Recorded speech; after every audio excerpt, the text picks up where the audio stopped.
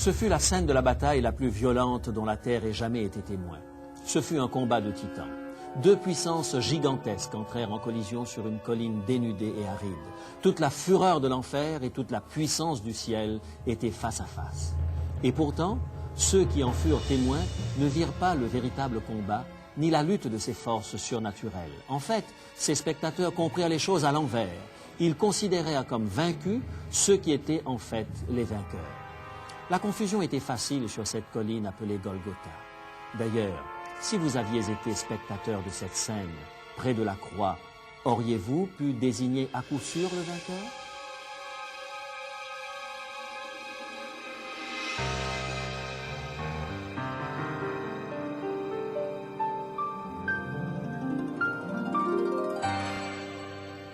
Il est écrit, « Je suis José Élisée et je vous propose la solution à vos besoins les plus profonds, Jésus-Christ. » Aujourd'hui, de notre série « La guerre des anges », Jésus a eu le dernier mot. La croix était une épreuve de force entre deux puissances. D'un côté se trouvait la justice de Rome, soutenue par une escouade de soldats romains, de l'autre un condamné, un homme solitaire, entre deux larrons. D'un côté les chefs du peuple juif drapés dans leur dignité, de l'autre un homme ensanglanté dont la foule se moquait. D'un côté se trouvaient les grands hommes religieux de l'époque, de l'autre un homme que ses meilleurs amis avaient abandonné. C'était loin de ressembler à un combat. Ce le fut encore moins quand Jésus le condamné fut cloué sur une croix et soulevé de terre. Ses ennemis faisaient cercle autour de lui en le raillant, tandis que le sang s'échappait de ses blessures.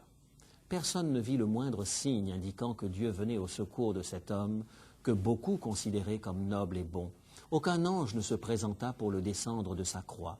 Au lieu de cela, un cri. « Mon Dieu, pourquoi m'as-tu abandonné ?» La lutte était inégale. Il semblait facile de voir où étaient les vainqueurs et qui était le vaincu. Le misérable crucifié, naturellement. Et pourtant, au milieu de cette horrible scène de torture, quelque chose échappa à l'attention des spectateurs. Ce fut Jésus, le mourant, qui eut le dernier mot. À la croix, Dieu remporta sa plus éclatante victoire contre les forces du mal. À la croix, il vainquit la cruauté et le péché. Les choses se déroulèrent exactement comme Jésus les avait prédites. Il avait conduit son action à la perfection dans cette bataille. Tous les participants, amis ou ennemis, avaient joué leur rôle parfaitement, surtout les ennemis. Aussi, avant de rendre le dernier soupir, Jésus s'écria « Tout est accompli, c'est fait, c'est maintenant réalisé, la victoire est remportée. » Pour comprendre pourquoi cette victoire est si remarquable, nous devons retourner au début du conflit, au début de la guerre. La semaine dernière, nous avons parlé de la rébellion de l'ange Lucifer contre Dieu et de cette guerre qui débuta dans le ciel. Au lieu d'être détruit immédiatement, Lucifer fut chassé du ciel et se retrouva sur la terre. Là, l'occasion lui fut donnée de faire la démonstration de son système de gouvernement. Dieu voulait s'assurer par ce moyen que les êtres créés le serviraient librement, par amour et loyauté, par choix personnel. Dieu avait aussi une autre réponse au problème du mal. Il décida d'une stratégie particulière, d'une façon spéciale de livrer bataille contre la force destructrice du mal. Cette stratégie atteint son apogée dans cette scène de la croix. Parlons maintenant de la stratégie de Dieu à Golgotha. Lisez avec moi la description du plan de Dieu pour le salut des pécheurs telle qu'elle est rapportée dans la première épître de Pierre, au chapitre 1er, les versets 18 à 20. Dieu y indique clairement comment il est venu à notre secours au moment où nous en avions le plus besoin. 1 Pierre, chapitre 1, versets 18 à 20. Ce n'est pas par des choses périssables, par de l'argent ou de l'or que vous avez été rachetés, mais par le sang précieux de Christ, comme d'un agneau sans défaut et sans tache, prédestiné dès avant la fondation du monde. Le plan de Dieu fut conçu dès avant la fondation du monde. Selon ce plan, les êtres humains peuvent être sauvés du désastre du péché grâce au sang de l'agneau, grâce au sacrifice de Christ. Il dépose sa vie parfaite, une vie sans tache, et prend sur lui la pénalité du péché. Il absorbe dans son propre corps la puissance destructrice du péché, de la cruauté, de l'horreur, de la crucifixion. Il fait jaillir la grâce et le pardon. Et notez bien que cette grande opération de secours avait été prévue dès avant la fondation du monde. Dieu le Père, Dieu le Fils et Dieu le Saint-Esprit planifièrent tout longtemps à l'avance, avant que l'humanité ne tombe dans le péché, avant qu'Adam et Ève ne trahissent leur Créateur. Dieu mit au point une solution bien avant le début de la guerre, avant le début du grand conflit entre le bien et le mal. C'est pourquoi l'apôtre Jean pouvait parler de l'agneau immolé dès avant la fondation du monde. Apocalypse chapitre 13, verset 8. C'est aussi pourquoi l'apôtre Pierre dit à la foule à Jérusalem que le Jésus qu'ils avaient cloué sur la croix l'avait été selon le dessein arrêté et selon la prescience de Dieu. Actes chapitre 2, verset 23. De toute éternité, Dieu planifia un moyen de sauver les êtres humains du désastre du péché. C'est pourquoi Paul pouvait dire au sujet des croyants que Dieu le Père les a élus avant la fondation du monde. Éphésiens chapitre 1er, verset 4. Dieu avait un plan, il avait une stratégie avant que la terre ne soit créée. Il avait mis au point le moyen de gagner cette guerre. Et savez-vous à quoi tout cela se résume? Dieu s'est donné lui-même. Voilà comment combat le Dieu Tout-Puissant. Christ se donna lui-même. C'est une des vérités les plus profondes de toute la Bible. Quand le rebelle Lucifer devint Satan, cet ange mauvais décida de renverser le gouvernement de Dieu. Il voulait prouver que les êtres créés n'étaient pas obligés de vivre dans l'obéissance à Dieu. Il s'attaqua au caractère même de Dieu. Il essaya de présenter Dieu comme un juge lointain et arbitraire, un tyran vindicatif et coléreux. Il allait prouver que Dieu n'est pas juste. Lucifer voulait le pouvoir, il enviait le Tout-Puissant. Il manipula, calomnia et fit des plans pour obtenir plus de puissance. Quelle fut la réponse de Dieu? Il se donna. Le Père donna son Fils bien-aimé. Le Fils donna sa vie. Jésus permit à des hommes cruels de lui faire les pires choses. Il prouva que l'amour de Dieu était même encore plus fort. L'amour de Dieu est incommensurable. L'amour de Dieu est éternel. L'amour de Dieu sauverait même l'enfer si cela était possible. Sur la croix, Jésus eut le dernier mot. Tout est accompli. La croix était en fait la bataille principale dans cette longue guerre de tranchées entre Christ et Satan. Ce fut le point tournant de cette bataille millénaire. Ce fut un élément de cette lutte féroce qui débuta au moment où Jésus naquit sur cette terre. Prenons un peu de recul pour avoir une vue d'ensemble du problème. Jésus naquit à Bethléem. Les anges annoncèrent la bonne nouvelle au berger, les mages vinrent de l'Orient pour lui rendre hommage, Dieu se donnait lui-même. Chaque année à Noël, nous chantons la paix de cet instant. Et que se passa-t-il immédiatement? Un roi du nom d'Hérode réagit violemment. Il entendit parler de ce Messie sauveur. Pour Hérode, qui est à la limite du délire de la persécution, sauveur égale rival, une menace pour son trône. Il dépêche donc ses soldats à Bethléem pour massacrer tous les garçons de 2 ans et moins. Il ne veut prendre aucun risque. Cet acte horrible est rapporté dans l'Apocalypse. Ce livre prophétique lève le voile sur la force agissante derrière la cruauté d'Hérode. Apocalypse chapitre 12, les versets 4 et 5, parlent du dragon, qui représente Satan. Ces versets nous décrivent les tenants et aboutissants de cette scène, au ciel et sur la terre, quand Hérode assassine ses bébés. Voici ce que nous disent les Écritures. Apocalypse, chapitre 12, versets 4 à 5. Et le dragon se tint devant la femme qui allait enfanter, afin de dévorer son enfant lorsqu'elle aurait enfanté. Elle enfanta un fils qui doit paître toutes les nations. Qui est cet enfant mâle qui dirige les nations? Jésus, naturellement. Et le dragon qui se tient prêt à dévorer le Christ nouveau-né dès sa naissance, c'est Satan, et non uniquement le roi Hérode. Satan connaît le plan du salut de Dieu pour venir au secours de l'humanité. Et Satan veut garder la maîtrise de la situation. Il veut garder le contrôle. Il est facile de voir sa main derrière le massacre de ses enfants innocents. Il est facile de voir sa jalousie et sa haine derrière la réaction du roi Hérode. Mais ce n'était que la première attaque, la première tentative de Satan pour détruire Jésus. Nous retrouvons Jésus à 30 ans, près du fleuve du Jourdain, pour être baptisé par Jean. La voix du Père se fait entendre disant « Celui-ci est mon Fils bien-aimé. Jésus est maintenant prêt à commencer son ministère. Et qu'arrive-t-il immédiatement après son baptême? Satan tendit à Jésus une embuscade dans le désert. Alors que Jésus priait et jeûnait, Satan essaya de le manipuler, de le forcer à prouver qui il était. Tu as faim? Pourquoi ne pas changer ces pierres en pain? Tu es un bien-aimé de Dieu? Pourquoi ne pas te jeter du haut du pinacle du temple? Les anges ne te prendront-ils pas dans leurs bras? Tu veux le monde? Satan montre à Jésus tous les royaumes du monde et lui dit ce que nous rapporte Matthieu dans son évangile au chapitre 4, le verset 9. Matthieu, chapitre 4 et le verset 9. Je te donnerai toutes ces choses si tu te prosternes et m'adores.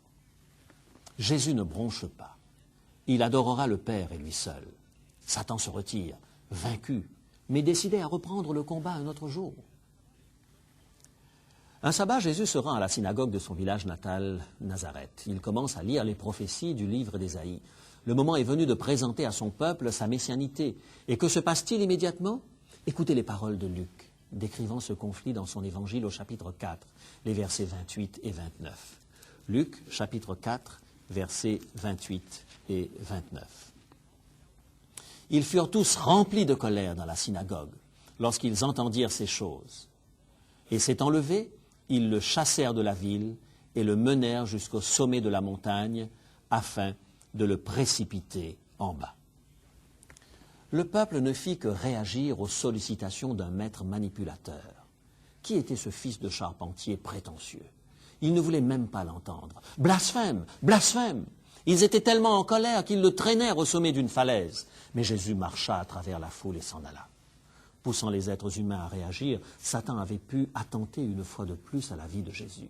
Sa colère s'exprimait à travers la rage des hommes. Le conflit se poursuivit. Jésus entra dans une autre synagogue. Il y avait là, assis dans la foule, un homme ayant une main sèche. Un groupe de pharisiens, les chefs religieux de l'époque, regardaient attentivement pour voir ce que ferait Jésus. Ils se considéraient comme les gardiens du sabbat. Jésus a parfois guéri des malades le jour du sabbat. Pour les pharisiens, c'était une violation du sabbat. En fait, cela allait à l'encontre des règles que les pharisiens avaient élaborées autour du sabbat. Jésus demande à l'homme à la main sèche de s'avancer. Il se tourne alors vers les pharisiens et leur pose cette question que nous rapporte Marc dans son évangile au chapitre 3, le verset 4. Marc, chapitre 3 et le verset 4. Est-il permis le jour du sabbat de faire du bien ou de faire du mal, de sauver une personne ou de la tuer? Les pharisiens ne répondent pas. Alors Jésus demande à l'homme d'étendre la main et en faisant ce geste, il se rend compte que sa main est redevenue saine. Mais qu'arrive-t-il immédiatement? Lisons encore une fois l'évangile de Marc, au chapitre 3, le verset 6. Marc, chapitre 3, le verset 6. Les pharisiens sortirent, et aussitôt ils se consultèrent avec les Hérodiens sur les moyens de le faire périr. Ils se contentèrent de réagir, poussés par un maître manipulateur. Ils perçurent Jésus comme un rival. Jésus ne respectait pas la règle du jeu qu'ils avaient établie. Il était une menace pour eux. Et ils réagirent donc. Nourrissant leur jalousie et leur insécurité, ils se mirent à comploter. Cet homme est dangereux, il faut le détruire.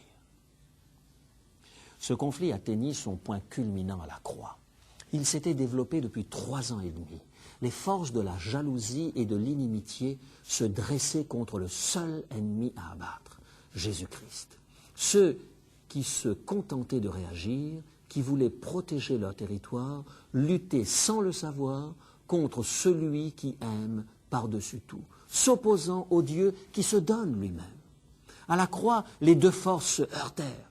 Satan espérait que Jésus n'accepterait pas de subir l'épreuve. Il voulait désespérément qu'il échoue dans sa mission. Pour les spectateurs présents, il semblait bien que le côté des ténèbres avait gagné. Il semblait évident que la jalousie et la haine l'avaient emporté. Mais Jésus eut le dernier mot. Il avait eu le dernier mot. Tout est accompli. Satan fut démasqué à la croix. Le péché dans toute sa cruauté fut révélé à la croix. L'amour du Christ l'emporta à la croix. À la croix, Dieu s'est donné lui-même. Le chemin pour échapper au désastre du péché s'ouvrait tout grand. Il prouva qu'il pouvait aimer et pardonner parfaitement. Deux forces sont toujours en lutte aujourd'hui, mes amis. Les forces destructrices qui nous contraignent à faire le mal et la grâce de Dieu qui nous contraint à nous donner nous-mêmes. Ceux qui se contentent de réagir et ceux qui se contentent d'aimer. Deux puissances agissant en sens contraire. Et bien souvent, c'est dans notre cœur qu'elles s'opposent le plus violemment. Lou dut faire face à ce genre de conflit. Il avait assez bien réussi dans une firme d'investissement. Il avait commencé à travailler très jeune, à la mort de son père, pour soutenir sa famille. Et au fil des ans, Lou devint un passionné du succès. Il investissait presque toujours à coup sûr, sachant pertinemment quel marché était porteur. Cela remplissait sa vie.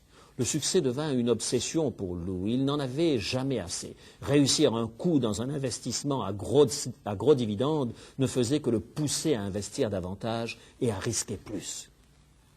Lou commença à jouer avec les fonds de la compagnie, mais il perdit. Décidé à maintenir un style de vie éclatant, brillant, il n'agissait plus mais réagissait. Il lui suffisait simplement de prendre plus de risques. Finalement, la course rapide de Lou rencontra des nids de poules importants. Il se retrouva dans des bouchons financiers. Le patron de Lou lui faisait confiance, passant beaucoup de temps en voyage loin de son bureau. Lou décida donc de faire un peu de comptabilité innovatrice. Il se mit à tirer de l'argent des fonds d'investissement de diverses compagnies. Quelques milliers de dollars par-ci, quelques milliers de dollars par-là. Il cacha ses transgressions pour que l'on ne puisse pas remonter jusqu'à lui. Lou pratiquait la fuite en avant. Il lui fallait faire de gros scores, peu importer les moyens, peu importer de trahir la confiance de son patron, persuadé qu'il était qu'il rendrait cet argent dès qu'il aurait réussi le très gros coup. Mais Lou continuait à perdre de l'argent. Un jour, quelqu'un de la compagnie découvrit ses combines. Le patron le mit devant le choix de tout rembourser, des milliers de dollars, ou faire face à la justice. À la même époque, Lou avait consulté un médecin à cause d'un problème de diabète. Ce médecin chrétien pensait qu'il y avait un problème spirituel derrière son état de santé. Ils avaient beaucoup parlé, et Lou décida de se décharger de ce fardeau en parlant à son médecin. Lou prit conscience que toute sa vie, il n'avait fait que réagir. Il avait réagi à la mort de son père. Il éprouvait un profond sentiment d'insécurité qui le poussait à aller de l'avant et à écraser les gens pour obtenir ce qu'il voulait. Le médecin chrétien commença à parler à Lou d'une autre force dans le monde, celle de l'amour. Il lui parla du Dieu qui s'est donné lui-même sur la croix. Lou décida de reconstruire sa vie sur de nouveaux fondements. Il ne voulait plus se contenter de réagir. Il voulait investir dans la grâce de Dieu. Lou confessa tout ce qu'il avait fait à son patron. Incapable de rembourser ce qu'il avait volé, il fut arrêté et jugé. Lou confessa tout au juge, et comme c'était sa première offense, il fut condamné avec sursis. Dans les années qui suivirent, Lou connut des temps difficiles, coupé de sa famille, incapable de trouver qui que ce soit qui lui fasse suffisamment confiance pour l'employer. Les succès passés n'étaient plus que de lointains souvenirs. Mais il avait trouvé quelque chose qui le rendait bien plus heureux. Petit à petit, il commença à se donner lui-même. Le médecin chrétien mit Lou en contact avec d'autres personnes qui faisaient face à des problèmes similaires, des déprimés, des dépendants, des faibles. Lou découvrit qu'il pouvait les atteindre. Il partagea avec eux en toute simplicité ses propres problèmes. Il arrivait qu'on lui dise « C'est mon histoire que tu racontes là ». Lou fut à même d'établir le contact entre ces personnes et la grâce qui avait transformé sa propre vie. Qu'en est-il de votre vie? Trouvez-vous que vous réagissez la plupart du temps? Vous contentez-vous de protéger votre propre territoire? La jalousie et l'animosité vous emportent-elles? Percevez-vous les autres comme des obstacles sur votre route ou comme des gens ayant besoin de votre aide? Deux forces se combattent dans notre monde. L'une est conduite par l'ange déchu, un ange obsédé par celui qu'il considère comme son rival. L'autre force est conduite par le Dieu qui s'est donné lui-même. Laquelle de ces forces va prévaloir dans votre cœur? Allez-vous laisser Jésus avoir le dernier mot dans votre vie? Tout est accompli. Dieu s'est donné lui-même. Décidons aujourd'hui même que nous allons servir ce Dieu. Choisissons sa voie d'amour. Reconnaissons que d'autres forces ont travaillé dans nos cœurs et que nous avons besoin de la grâce pour remettre nos vies à l'endroit. Voulez-vous ouvrir vos cœurs à Jésus en cet instant même, pendant que nous prions? Notre Père, merci pour le merveilleux sacrifice de Christ sur la croix. Merci de ce que Jésus a gagné cette grande bataille. Nous mettons notre foi en lui en tant que sauveur, car nous avons besoin de son aide. Nous sommes déchirés par la jalousie, la colère et la rivalité. Tant de choses nous placent sur la défensive. Nous t'ouvrons notre cœur en cet instant comme au Dieu qui s'est donné lui-même. Mets ton amour dans nos cœurs maintenant. Pardonne-nous et accepte-nous dans le nom de Jésus. Amen.